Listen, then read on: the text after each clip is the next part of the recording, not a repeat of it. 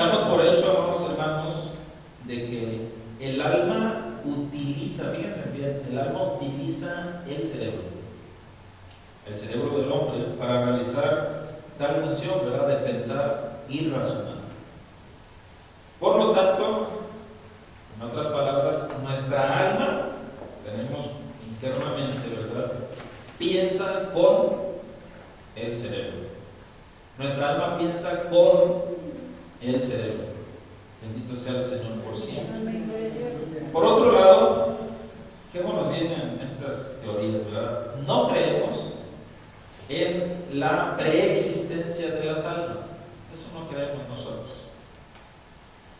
Pues la Biblia no nos dice que el alma de Adán tuvo una existencia previa. La Biblia no lo marca. La anduvo por ahí vagando y Dios la agarró y lo puso. No lo marca la Biblia así. No creemos en la preexistencia de las almas. Eso no. Sino que Dios la creó como formó el cuerpo del primer hombre para comunicar a ese cuerpo la vida espiritual. Eso lo vemos en Génesis capítulo 2, versículo 7. Ahí lo podemos ver, ¿verdad? Otra de las cosas de las cuales tampoco creemos es en el creacionismo. ¿Qué es esta teoría? Bueno, esta teoría, fíjense bien lo que enseña. Enseña que cada alma es creada. O sea, ex nihilo, ¿verdad? La palabra. Directamente por Dios. Cada vez que un cuerpo humano es concebido por generación natural en el vientre de cada mujer. Da por asentado esta teoría del creacionismo, que hasta el día de hoy, pues, Dios sigue creando almas, ¿verdad? Dios está encargado de crear almas cada vez que es concebido un ser, y ahí está el Señor creando, todavía creando más almas y más almas, millones de almas, para depositarlo en cada cuerpo. Y eso, no, hermanos, esa teoría del creacionismo, bueno, va en contra de la Biblia. Pues encontramos en Génesis, libro de Génesis, capítulo 2, versículo 3, fíjense bien lo que dice la palabra del Señor. Y bendijo Dios, luego para ustedes, el día séptimo, y lo santificó, porque en él reposó. ¿De qué dice? De toda la obra que había hecho en la creación. Él no sigue creando, ¿vale? Lo muestra la palabra, porque en él reposó de toda la obra, todo absolutamente, que había hecho en la creación. Dios terminó su creación, según las Escrituras.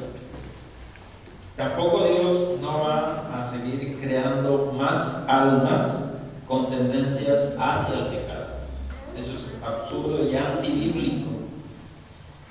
¿Cuál es nuestra posición? Bueno, debemos apegarnos a la doctrina bíblica del generacionismo. Esa es la doctrina bíblica del generacionismo. El creer que tanto el cuerpo como el alma de los seres humanos se producen por generación natural, o sea, por procreación, digámoslo así, ¿verdad? En Génesis capítulo 1, versículo 28 lo podemos constatar, ¿verdad? Ahí les ordena al Señor que se multipliquen, crezcan, ¿verdad? También podemos ver esta ley de la procreación cumplida en el libro de Génesis capítulo 4, versículo 1. Luego para ustedes dice así la palabra del Señor.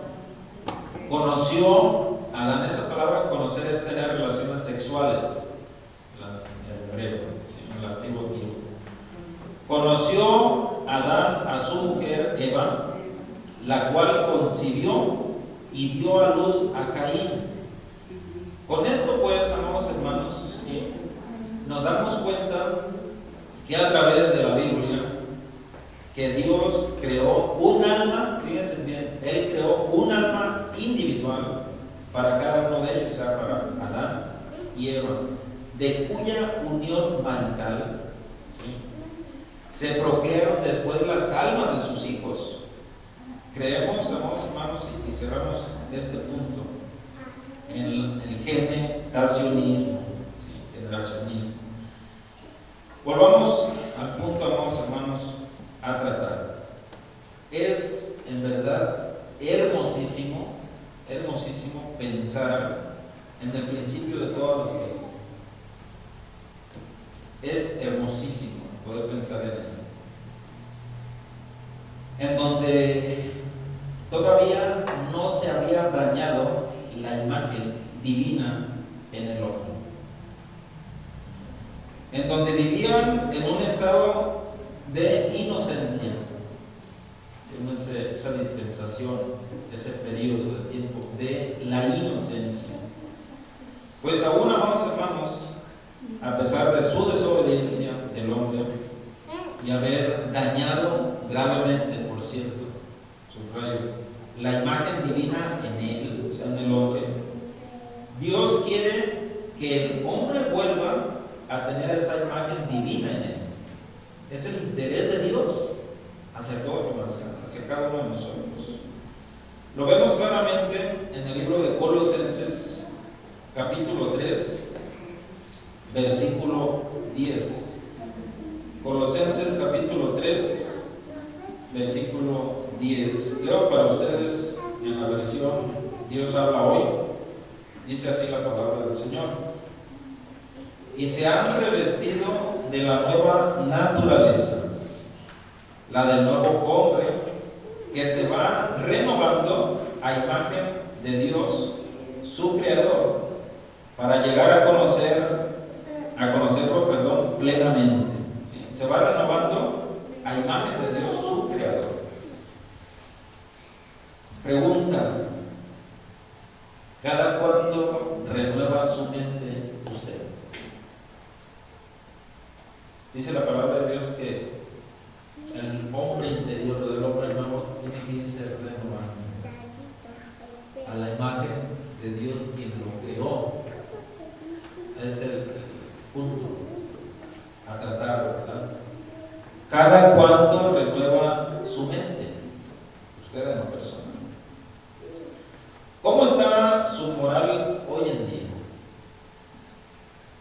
Fíjese algo muy interesante, ¿verdad? Cuando Dios dice en Génesis capítulo 1, versículo 26, empieza diciendo: hagamos al hombre a nuestra imagen,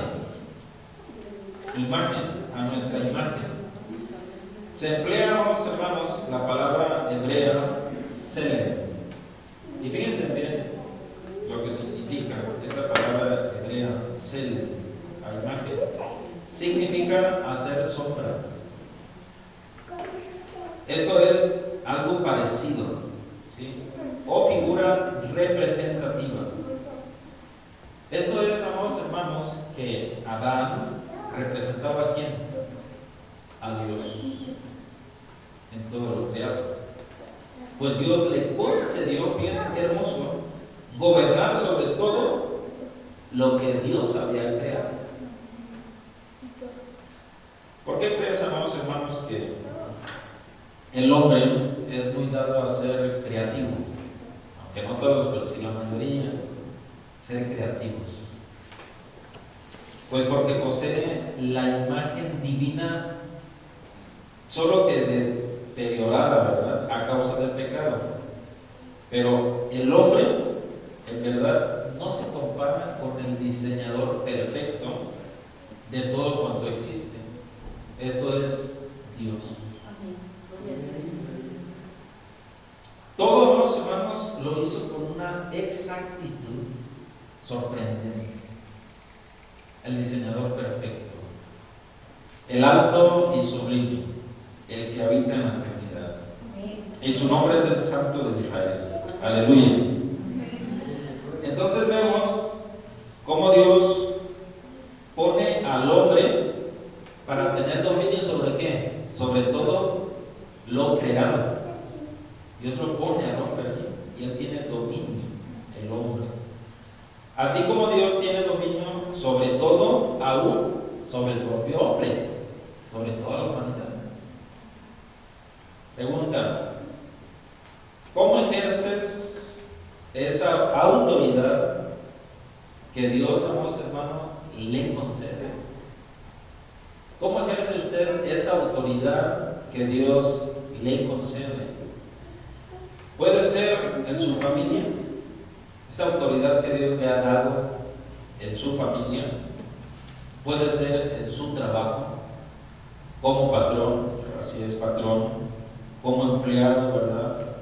En su ministerio, dentro de la iglesia, ¿cómo ejerce esa autoridad que Dios le concede? ¿Ejecuta esa autoridad correctamente? Recuerden, amados hermanos, que somos representantes ¿de quién? De Dios aquí en la tierra. Somos representantes de Dios aquí en la tierra. Por último, ya para terminar, la imagen de Dios en el hombre va también revestida de rectitud y santidad.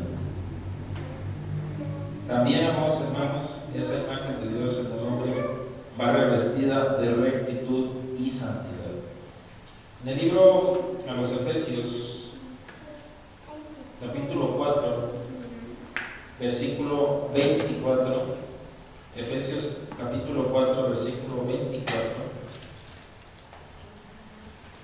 voy a leerlo en la traducción del lenguaje actual. Dice así, leo para ustedes, Efesios capítulo 4, versículo 24. Ustedes deben de cambiar su manera de pensar y ser honestos y santos de verdad, como corresponde a personas que Dios ha vuelto a crear para ser como Él.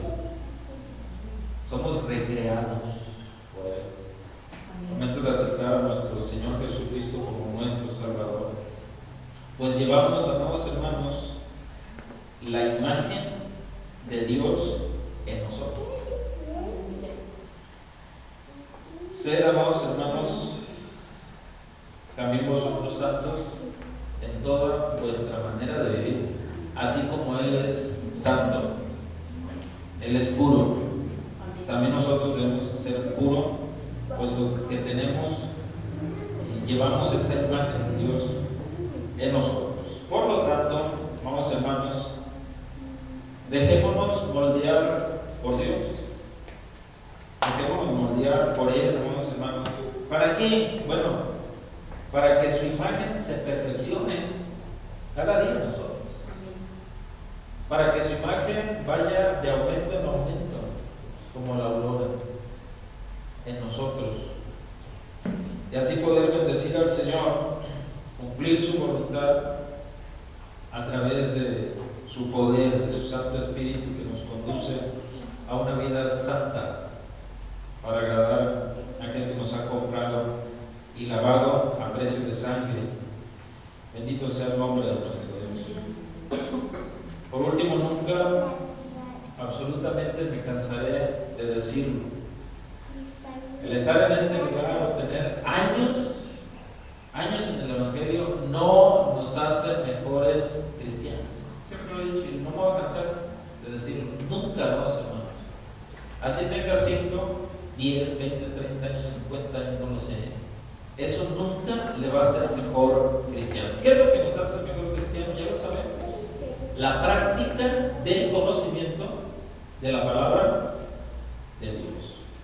Bendito sea el nombre de nuestro Dios por siempre. En esta hora vamos a hacer una oración. ¿Para qué? Para que el Señor nos ayude. ¿Para qué? Para que el Señor nos moldee. ¿A qué? A su imagen. Esa imagen perfecta. ¿Sí? El único que tiene la imagen perfecta de Dios, ¿sabe quién es? Jesucristo. Amén. Padre, Hijo y el Espíritu Santo. Es, amados hermanos, inherente en nuestra vida poder reflexionar sobre nuestros pensamientos. ¿Qué tipo de pensamientos tenemos? Sobre nuestros sentimientos. Es importantísimo podérselo entregar al Señor, nuestros sentimientos. Que posiblemente por ahí Satanás le esté atacando, hermano, a través de sus sentimientos. Entrégaselo al Señor. Que Él tome el control total de nuestros sentimientos, pensamientos, y no se diga de nuestra voluntad, de hacer que su voluntad. No lo que yo pienso, ¿verdad? Lo que yo quiero hacer, no. Lo que es su voluntad, solamente exclusivamente. Vamos a orar en esta hora. Voy a pedir que nos pongamos en pie y inclinemos nuestro rostro, cerremos nuestros ojos y vamos a hacer una oración. Que guste pasar al altar, puede hacerlo también.